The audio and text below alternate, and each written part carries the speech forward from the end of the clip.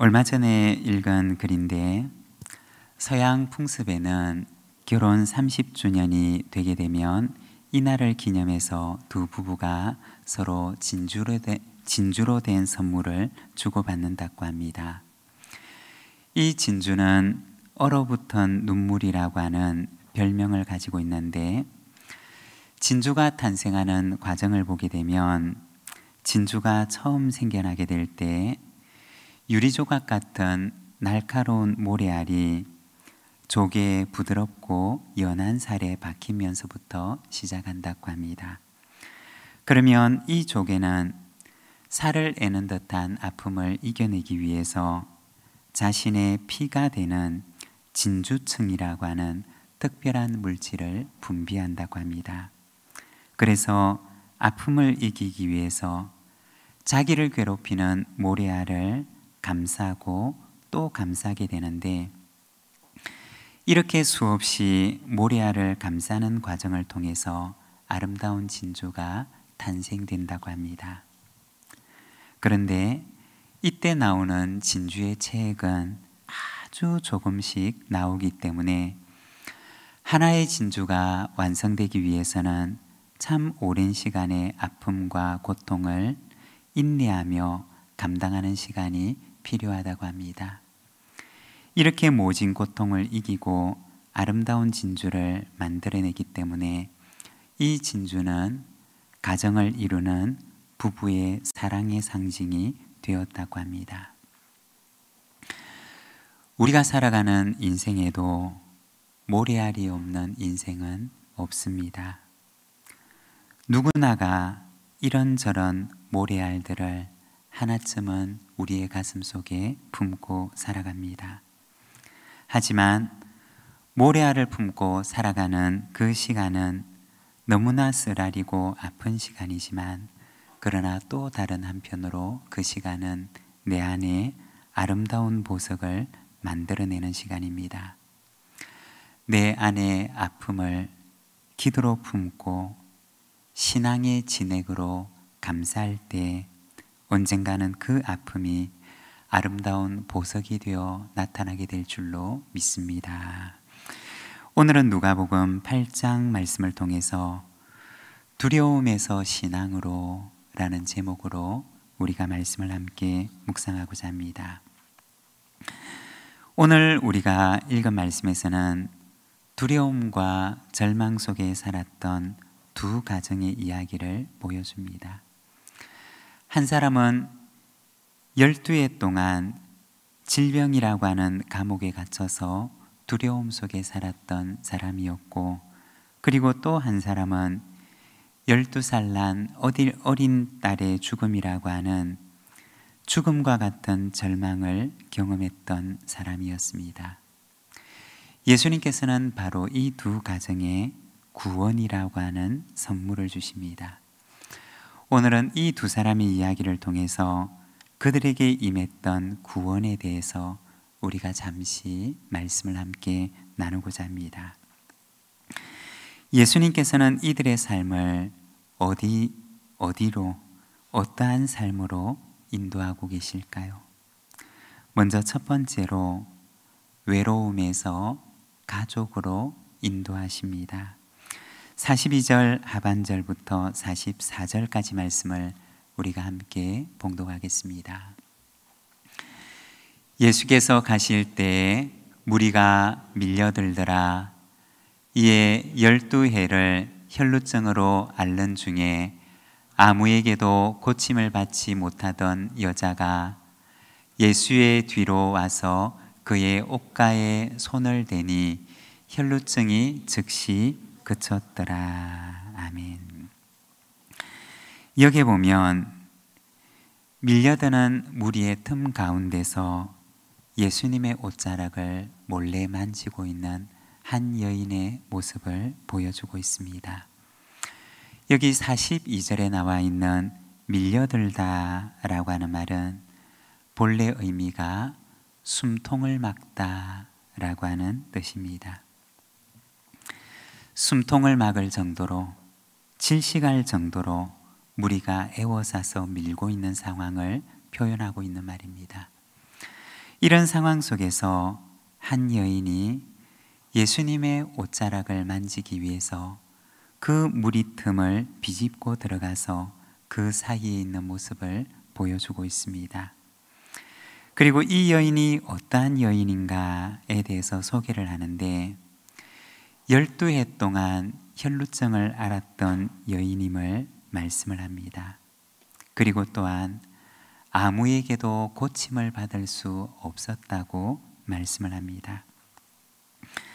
이와 동일한 내용이 실려져 있는 마가복음 5장 26절의 말씀을 보게 되면 많은 의사에게 많은 괴로움을 받았고 가진 것도 다 허비하였으되 아무 효험이 없고 도리어 더 중하여 졌던 차에 라고 말씀을 합니다. 이 마가복음의 말씀을 보게 되면 병을 고칠 수 없었을 뿐만 아니라 또 병을 치료하는 중에 경제적 파탄에 이르게 된 것과 그럼에도 불구하고 병은 더 깊어만 갔던 것을 말씀을 하고 있습니다. 이것이 바로 그 당시 이 여인이 처했던 상황이었던 것입니다. 당시에 이 혈루증이라고 하는 병은 의학적인 질병이었을 뿐만 아니라 또한 사회적인 질병이기도 했습니다. 당시 율법에서는 피가 몸 밖으로 나오는 혈루증 혹은 유출병과 같은 질병을 부정한 병으로 단정을 했습니다. 자신도 부정해질 뿐만 아니라 그 사람이 누군가를 접촉하게 되면 접촉하는 그 사람도 부정케 만들어버리는 질병으로 다루어졌던 것입니다. 그래서 피가 나오는 기간 동안에는 다른 사람과의 접촉이 일어나지 않도록 격리해야만 하는 사회적인 질병이기도 했던 것입니다. 그런데 이런 고통을 그녀는 얼마나 겪어왔느냐? 12년 동안 이런 질병을 겪어왔고 수없이 그 질병을 낫게 하려고 애를 썼지만 그러나 지금은 더 심각한 파탄에 이른 그녀의 모습을 보여주는 것입니다. 그런데 이 여인은 자신의 그 질병을 감추고 몰래 무리들 틈에 끼어들고 있었던 것입니다. 무엇 때문이었을까요? 예수님의 능력을 통해서 병의 치유를 받기를 간절하게 원했기 때문이었습니다. 그리고 성공적으로 에워싸미는 무리들 틈바구니에서 예수님의 옷가에 손을 댈 수가 있었고, 그리고 오늘 말씀을 보게 되면 손을 대는 즉시 그녀는 자신의 병이 치유가 된 것을 느낄 수가 있었다고 이야기를 합니다. 그녀의 계획은 대성공을 거두었던 것입니다. 그런데 오늘 본문 45절과 46절의 말씀을 보면 예수님께서는 이렇게 말씀을 하십니다. 예수께서 이르시되 내게 손을 댄 자가 누구냐 하시니 다 아니라 할 때 베드로가 이르되 주여 무리가 밀려들어 미나이다. 예수께서 이르시되 내게 손을 댄 자가 있도다. 이는 내게서 능력이 나간 줄 알미로다 하신대. 그녀의 계획대로라면 자신이 예수님의 옷가에 손을 대는 그 일을 아무도 몰라야 하는데, 그런데 그녀가 예수님의 옷가에 손을 대는 그 순간, 그리고 그녀의 병이 나았다는 것을 그녀가 느끼게 된 그 순간, 예수님께서는 가시던 길을 멈추시고는 말씀하시기를 내게 손을 댄 자가 누구냐 라고 말씀하셨던 것입니다. 그리고는 내게서 능력이 나갔다 라고 하십니다. 여러분, 우리가 여기에서 잠깐 생각을 해보면 이 여인이 바랬던 것은 무엇이었을까요? 이 여인은 무엇을 바라고 예수님을 찾아왔고 예수님의 옷가에 아무도 모르게 손을 댔던 것일까요? 그 여인이 바랬던 것은 바로 예수님의 능력이었습니다. 예수님의 그 능력을 통해서 자신의 질병을 치유받기를 그녀는 간절히 원하면서 예수님께 나아왔던 것입니다. 그러면 예수님께서 바라시는 것은 무엇이었을까요? 그녀가 예수님의 능력을 원했다면, 그 능력을 통해서 자신의 질병이 치유되기를 바랬다면, 그러면 예수님께서 바라셨던 것은 무엇이었을까요? 그것은 능력과 치유가 아니라 예수님께서 진정으로 바라셨던 것은 바로 만남이었던 것입니다. 여인은 예수님의 능력이 필요했지만, 그러나 예수님께서는 그녀와의 만남을 원하셨던 것입니다. 여러분, 혹시 우리도 하나님과의 관계에 있어서, 주님과의 관계 속에서 만남을 구하는 신앙이 아니라 주님의 능력만을 필요로 하는 신앙을 가지고 있지는 않습니까? 주님은 몰라도 되고 주님과는 관계가 없어도 되지만, 그러나 그 주님의 능력만 나에게 있으면 된다고 하는, 주님의 능력만 필요로 하는 그러한 신앙을 혹시 우리도 가지고 있지는 않습니까? 47절과 48절의 말씀을 보게 되면, 여자가 스스로 숨기지 못할 줄 알고 떨며 나와 엎드리어 그 손댄 이유와 곧 나은 것을 모든 사람 앞에서 말하니, 예수께서 이르시되 딸아 내 믿음이 너를 구원하였으니 평안히 가라 하시더라.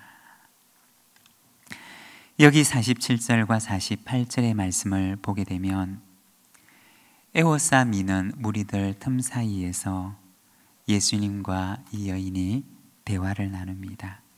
그런데 잠깐 멈추어서 아주 짧은 대화를 나눈 것이었지만, 그러나 우리가 이 말씀을 읽게 되면 갑자기 에워싸 미는 그 무리들은 보이지 않고 그 자리에 예수님과 이 여인밖에 없는 것처럼 이 둘 사이에 대화가 이루어지는 것을 보게 됩니다. 마치 정막 같은 시간이 펼쳐지고 예수님과 이 여인만 남아서 대화를 나누고 있는 것처럼 보여집니다. 여러분, 어쩌면 그 순간 정말 그랬을지도 모릅니다. 그 많은 무리들 틈에서 온갖 소리들이 들려왔지만, 그러나 예수님께서는 오직 그 여인만을 주목하셨고, 그리고 그 여인도 오직 밀려드는 무리는 온데간데 없고 오직 주님의 모습만 보였고, 또 주님의 말씀밖에 들리지 않았을 것입니다. 만남이라고 하는 것은 무엇이냐? 그것은 우리가 주님 앞에 한 사람의 단독자로 서는 것입니다. 무리들 틈에서 여러 대중 가운데 한 사람으로 서는 것이 아니라, 우리가 주님 앞에 단독자로 선다는 것은 오직 주님과 나밖에 없는 것처럼, 오직 주님과 나 사이의 관계에서만 우리가 주님 앞에 서는 것을 가리키는 것입니다. 우리가 주님 앞에 설 때에는 목사라고 하는 직분을 가지고 서지도 않습니다. 집사라고 하는 직분을 가지고 서지도 않습니다. 권사로 또는 장로라고 하는 직분을 가지고 서지도 않습니다. 우리가 주님 앞에 설 때에는 부자로 서지도 않고 또 가난한 사람으로 서지도 않습니다. 학식이 있는 사람으로 서지도 않고 학식이 없는 사람으로 서지도 않습니다. 우리가 주님 앞에 설 때는 우리의 모든 이름과 우리의 존재를 둘러싸고 있는 그 모든 것들을 벗어버린 채 오직 우리의 존재 하나만 가지고 주님 앞에 서게 되는 것입니다. 하나님과 나 1대1의 관계 속에서 우리는 오직 단독자로서 하나님 앞에 서게 되는 것입니다. 그것이 바로 만남의 사건인 것입니다. 여러분, 이러한 만남이 우리에게는 있습니까? 주님 앞에 나의 영혼이 단독자로 서는 그 시간이 우리에게는 있습니까? 바로 그 시간이 우리를 변화시키는 만남의 시간인 것입니다. 이 여인은 무리들 틈에 있기를 원했지만, 그리고 주님의 그 능력만을 원했지만, 우리 주님께서는 그녀의 영혼을 단독으로 만나기를 원하셨던 것입니다. 모든 허울을 벗어버린 채 오직 단독자로 주님께서는 그녀와의 만남을 원하셨던 것입니다. 48절의 말씀을 보게 되면 주님께서 그녀를 향해 말씀하십니다. 딸아, 내 믿음이 너를 구원하였으니 평안히 가라. 이 여인은 어떤 여인이었을까요? 어쩌면 주님 앞에 서 있는 이 여인은 육신의 나이로 보게 되면 예수님보다 훨씬 많은 나이였을 수 있을 것입니다. 그렇지만 주님께서는 이 여인을 가리켜서 딸아 라고 말씀을 하십니다. 오랜 질병으로 외로운 인생을 살아온 이 여인을, 그리고 지금도 예수님의 능력만을 빌리고 조용히 떠나려고 하는 그 여인을 주님께서는 딸아 라고 부르십니다. 주님의 그 부름의 의미는 무엇일까요? 바로 이 여인을 하나님의 딸로, 그리고 하나님의 가족으로 초청하고 계셨던 것입니다. 아무도 그녀를 부정한 자라고 할 수 없고, 그녀가 하나님의 딸임을 예수님께서는 선포하고 계셨던 것입니다. 여러분, 하나님 안에서 나를 발견하시기를 바랍니다. 세상의 눈으로 나를 보지 않고, 사람들의 눈으로 나를 보지 않고, 하나님의 눈으로 나를 바라보시기를 바랍니다. 그것이 성경적인 자아관이고, 그것이 신앙적인 자아관인 것입니다. 하나님께서는 오늘도 우리를 향하여 하나님의 자녀라고 부르십니다. 세상의 눈이 아니라 하나님의 눈으로 나를 바라보며 외로움에서 나아가 하나님의 가족의 은총을 누리며 살아가는 저와 여러분의 삶이 되시기를 바랍니다. 그리고 두 번째는 의심에서 신앙으로 인도하십니다. 49절과 50절의 말씀을 우리가 함께 봉독하겠습니다. 아직 말씀하실 때 회당장의 집에서 사람이 와서 말하되 당신의 딸이 죽었나이다. 선생님을 더 괴롭게 하지 마소서 하거늘 예수께서 들으시고 이르시되 두려워하지 말고 믿기만 하라. 그리하면 딸이 구원을 얻으리라 하시고. 혈루증에 걸린 여인이 치유를 받는 동안 야이로 집에 사람이 오게 되는데 당신의 딸이 죽었습니다 라는 소식을 전해줍니다. 당신의 딸이 죽었다라고 하는 이 말은 이제 모든 상황이 끝났다는 말입니다. 더 이상 치유의 희망이 없는 이제는 절망의 시간임을 말하는 것입니다. 그런데 오늘 말씀을 보게 되면 예수님께서는 야이로에게 말씀하십니다. 두려워 말고 믿기만 하라. 그리고 예수님과 함께하고 있는 이 일행은 죽음이 기다리고 있는 그 장소를 향해서 가십니다. 야이로의 딸은 이미 죽었고, 그리고 기적은 아직 일어나기 전이며, 예수님께서는 야이로에게 두려워 말고 믿기만 하라고 말씀을 하시고, 이 일행은 야이로의 집을 향해서 갑니다. 여러분, 믿음이란 무엇일까요? 히브리서 11장 1절의 말씀을 보게 되면 믿음은 바라는 것들의 실상이요 보이지 않는 것들의 증거니 라고 말씀을 합니다. 믿음이란 무엇이냐? 아직 만나지 않은 미래를 지금 나의 현실로 받아들이며 살아가는 삶을 말하는 것입니다. 아직 미래는 찾아오지 않았고, 아직 미래를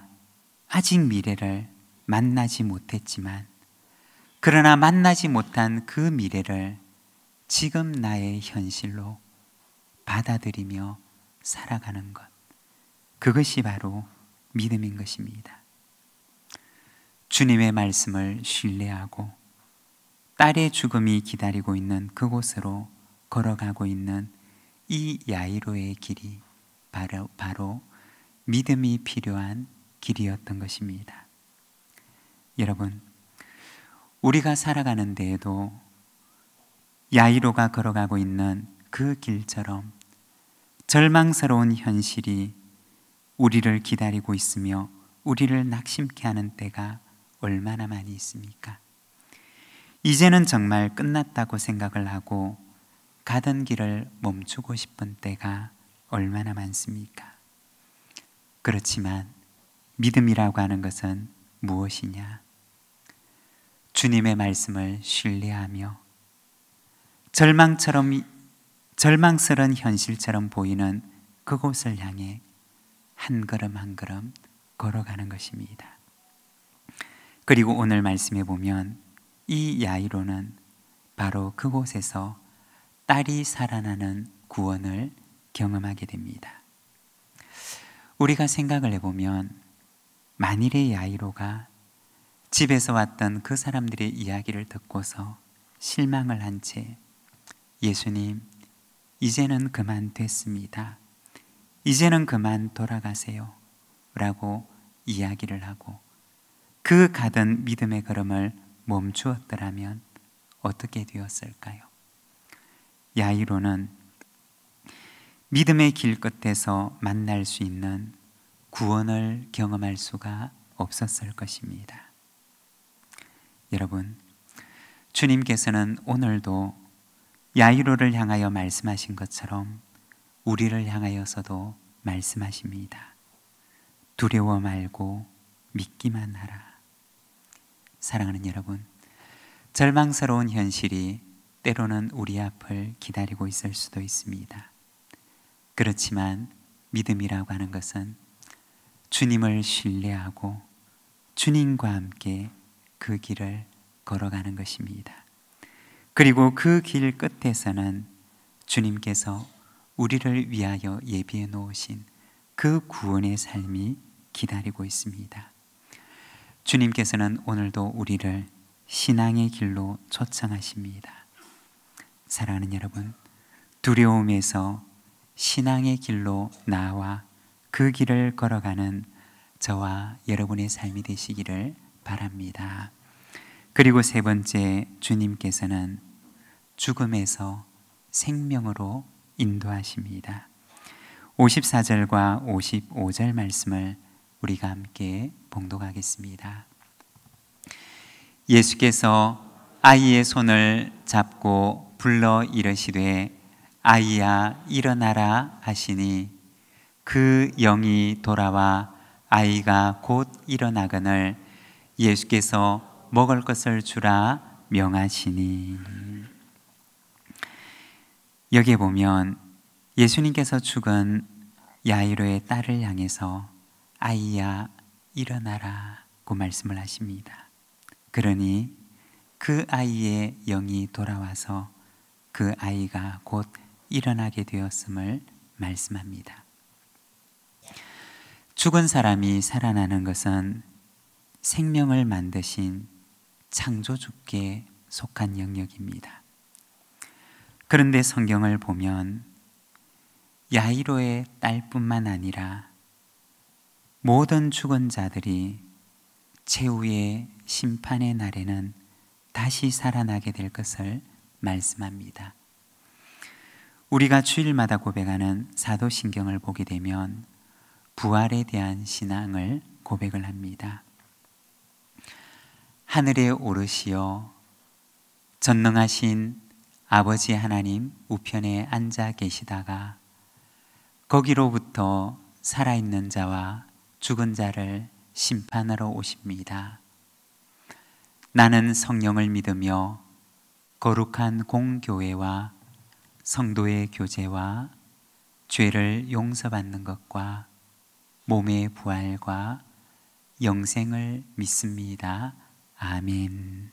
이라고 우리는 매 주일마다 사도신경을 우리의 신앙으로 고백을 합니다. 여기에 보면 우리는 무엇을 믿는가에 대해서 말을 합니다.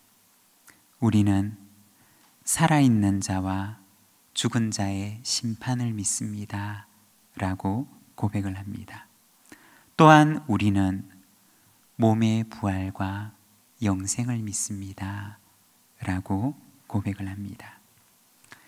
여러분, 소녀를 부르시며 아이야 일어나라 고 말씀하신 그 주님께서 언젠가 생명의 창조주가 되시는 우리 주님께서 우리의 이름도 부르실 날이 오게 될 것입니다. 우리의 이름을 부르시면서 아무개야 일어나라 고 말씀하시는 때가 오게 될 것입니다. 그날은 어떤 날이냐? 그날은 산자와 죽은 자를 심판하시는 심판의 날이요, 그날은 모든 죽은 자가 살아나는 부활의 날이요, 그날은 하나님의 자녀들에게 영원한 생명을 주시는 생명의 날이 될 것입니다.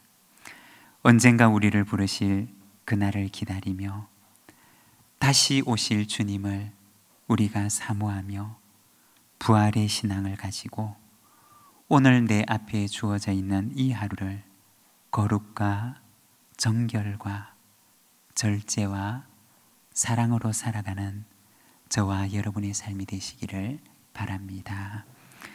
우리 시간 함께 기도하기를 원합니다. 주님 앞에 찾아왔던 12의 혈루증을 앓았던 그 여인은 오직 주님의 능력만을 원했습니다.